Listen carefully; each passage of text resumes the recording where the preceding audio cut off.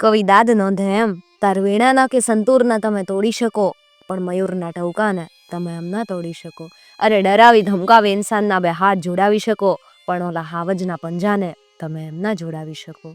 શિખરો કોઈ સર કરી કીર્તિના સ્તંભ તમે કોતરાવી શકો, પણ ગામને પાદર એક પાળ્યો તમે એમ ના ખોડી શકો. એના માટે તો તમારે મરવું જ પડે. આપણા લોક સાહિત્યમાં આવી ઘણી બધી વાતો છુપાઈને પડેલી છે. જરૂર છે તો એને ખોડવાની અને એને લોકો સુધી પહોંચાડવાની, કારણ કે એવું કહેવાય છે કે જેના અસ્તિત્વ છે એના ઇતિહાસ છે. આ બધી જે લોક સાહિત્યની વાતો છે કે વાર્તાઓ તરીકે આપણે જેને જાણીએ છીએ એમાં થોડા ઘણા અંશે કંઈક તો સચ્ચાઈ હશે જ. બસ કોઈ એને સંશોધન સ્વરૂપે રજૂ કરી અને બધી જ માહિતી મેળવે તો આપણી પાસે આપણો ભવ્ય ઇતિહાસ પુનઃજીવિત થઈ શકશે. હેલો દોસ્તો, હું છું વૈશાલી અને આજે આપણે આવી જ એક સરસ મજાની વાત સાંભળવાના છીએ જેને દેવીસિંહ રાણાએ શબ્દરૂપ આપેલ છે. કાઠિયાવાડને ગામો ગામ એક સાર્વજનિક મકાન હોય અને એ ચોરા તરીકે ઓળખાય. એ ચોરા ઉપર અસલના વખતમાં સોરઠના વીર પુરુષો બેહતા. કોઈ હરામખોર ગામના ઢોર વાળી જતા હોય, કોઈ ચોર કોઈની માલ મિલકત ચોરી જતો હોય, કોઈની વહુ દીકરીઓના હરણ થતા હોય, અથવા કોઈ બારવટિયાનો ગામ ઉપર હલ્લો થતો હોય, એવી વેળાએ ગામના લોકો ચોરે એકઠા મળી અને સંઘબળ જમાવતા. એક સંઘ થઈ અને પ્રજા પીડિકોને હરાવી અને ગામની રક્ષા કરતા. ગ્રામજનોના અંદરો અંદરના કજિયા ઘર મેળે ચોરા ઉપર જ પતાવતા. એ વખતે ચોરાની ગણના શ્રેષ્ઠ ગણાતી. આજે ચોરાઓ આળસ, ઈર્ષા અને પ્રમાદના ધામ થઈ ગયા છે. આવો જ એક ચોરો શિહોર ગામમાં છે. એ ગામથી થોડે દૂર ઊંચા પહાડ ઉપર બાંધેલો છે. એના ચારેય ભાગો ખુલ્લા હોવાથી ચોરામાં બેઠેલ મનુષ્યની નજરમાં ચારેય તરફના દૂર દૂર સુધીના દેખાવો દેખાય. એ ચોરા ઉપર જાની અને રણા શાખાના વિપ્રો બેસતા. તેઓ શિહોરના ગિરાસદાર હતા. ગુજરાતના પ્રસિદ્ધ સમ્રાટ સિદ્ધરાજ જયસિંહે તેઓને આ ગિરાસ આપ્યો હતો. રાણી રાણકના શ્રાપે સિદ્ધરાજને આખાય શરીરે કાળો કોઢ નીકળેલો. એ શિહોરમાં બ્રહ્મકુંડ છે એમાં સ્નાન કરવાથી દૂર થયો હતો. એથી એણે શિહોર નીચેના ગામો રણા તથા જાની બ્રાહ્મણોને દાનમાં આપી દીધા હતા. શિહોરની બે દિશાઓ ઊંચા પહાડોની હારમાળા વચ્ચે રક્ષાયેલી. એની લગોલગ મજબૂત કિલ્લો છે અને કિલ્લાની અંદર શહેર. અને આ જ શહેરથી થોડેક દૂર પ્રાચીન શિલ્પકળાના નમૂના સમો બ્રહ્મકુંડ છે. એ સિવાય એક બીજો ગૌતમ કુંડ છે અને એ કુંડ ગૌતમી સરિતામાં છે. એક સવારે શિહોરના ઊંચા ચોરા ઉપર રણા અને જાની ગિરાસદારોનો દાયરો બેઠો હતો. એવામાં એક મકાનની બારી તરફ આંગળી ચીંધાડી અને ચોરામાં બેઠેલા બધા પુરુષોનું લક્ષ ખેંચતા એક જુવાને કીધું, જોયું કેવો કળિયુગ આવ્યો? સ્ત્રીઓએ લાજના શરમને બધું નેવે મૂકી દીધું. તમામે જોયું એક મકાનમાં બે સ્ત્રીઓ ઉઘાડા માથે ગોરસ વલોવી રહી છે. ઓઢણીઓ ખંભે પડી, અંબોડામાંથી વિખૂટા પડેલા વાળ કમર પર ઝૂલી રહ્યા. એ દેખાવ જોઈ અને દાયરામાંથી એક પુરુષ એ દેખાવ દેખાડનારને જવાબ વાળતો બોલ્યો, એમાં જોવાનું હું? જેના ધણી નમાલા હોય એની ઓરતો ઉઘાડા છોગા મૂકે એમાં નવાઈ હું? એટલે તમે એમ કહેવાની હિંમત કરી શકો છો કે બંને સ્ત્રીઓના પતિ હિચકારા હોવા જોઈએ? ચોક્કસ, જો ભાયડા હોય તો ઉઘાડા માથા મુકાય જ છે ને. આ વાક્ય સાંભળી અને દાયરામાં એક હામતા હાસ્ય ધ્વનિ સંભળાયા.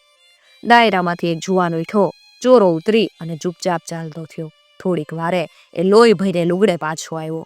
દાયરાની વચ્ચે નાક અને ચોટલો મૂકીને બોલ્યો, લ્યો હવે ભાયડો કયો કે નમાલો? મારી ઘરવાળીના નાક ચોટલો હું કાપી લાવ્યો. એ સાંભળતા જ દાયરામાં દેકારો મચ્યો. માર માર કરતા જે સ્ત્રીના નાક ચોટલાનું છેદન થયું હતું એના પિયરિયા ત્યાં સાસરિયાઓના બે પક્ષે લડી પડ્યા.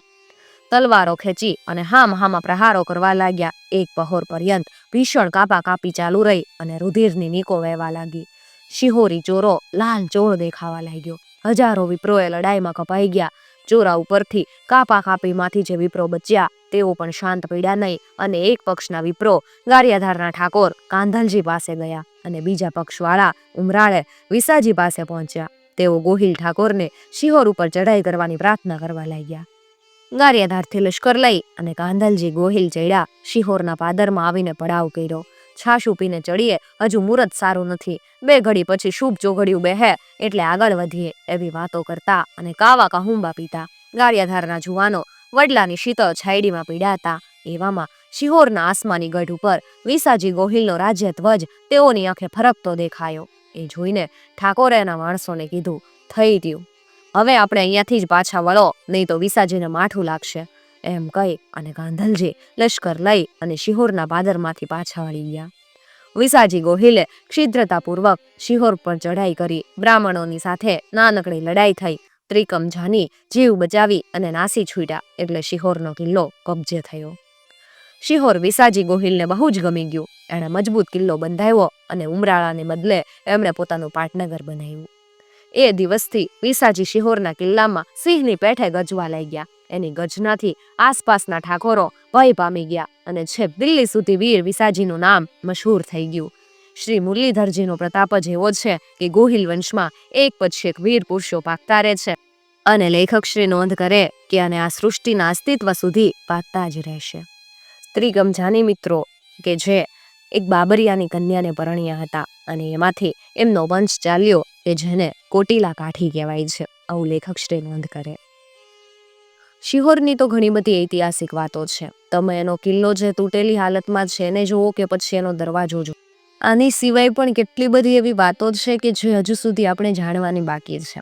તમે સુરકાના દરવાજાની વાત સાંભળી હશે કે જે અગાઉ પણ આપણે વિડીયો બનાવેલો છે. લિંક હું તમને ડિસ્ક્રિપ્શન બોક્સમાં આપું છું. જો ઈચ્છા થાય તો એ વિડીયો પણ જરૂર જોજો જેથી તમને ખબર પડશે. આની સિવાય શિહોરી માતાનું પ્રસિદ્ધ એવું મંદિર કે જે ઘણા બધા લોકોના કુળદેવી છે, એને ખૂબ જ માને છે, એની સાથે પણ જોડાયેલી વાત કદાચ તમે સાંભળી હશે. એમનું મહત્વ, એમના પરચાઓ તો ઘણા બધા છે. આ કોઈ એક પર્ટિક્યુલર સ્થળ વિશે નહીં, પરંતુ જો તમે સમગ્ર ગુજરાતને જુઓ તો જેમ પ્રદ્યુમન ખાચરે નોંધેલું છે કે અહીંયા પાણે પાણે ઇતિહાસ છુપાઈને પડેલો છે. જરૂર છે એને ખોલવાની અને એને લોકો સુધી પહોંચાડવાની. તો આવી તો ઘણી બધી વાતો છે કે જે તમારી આજુબાજુ પણ બનેલી હશે. શાયદ તમે એના વિશે થોડું ઘણું જાણતા હશો અથવા તો ક્યારેક તમે એને જાણવાનો પ્રયત્ન નહીં કર્યો હોય. જો જાણશો તો સામાન્ય દેખાવ ધરાવતું કોઈ જીર્ણ કે જૂનું થઈ ગયેલું મંદિર કે પછી કોઈ ખંડેર એ પણ પોતાની વાત સાચવીને ઊભેલું હશે અને જે આજે પણ અડીખમ હશે.